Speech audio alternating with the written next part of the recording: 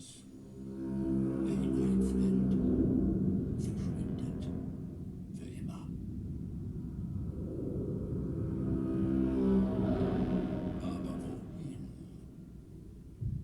Was liegt hinter einem schwarzen Loch? Verschwinden dort mit den Dingen auch Raum und Zeit? Oder wären Raum und Zeit in einem ewigen Kreis miteinander verbunden? Und was, wenn das, was aus der Vergangenheit kommt, durch die Zukunft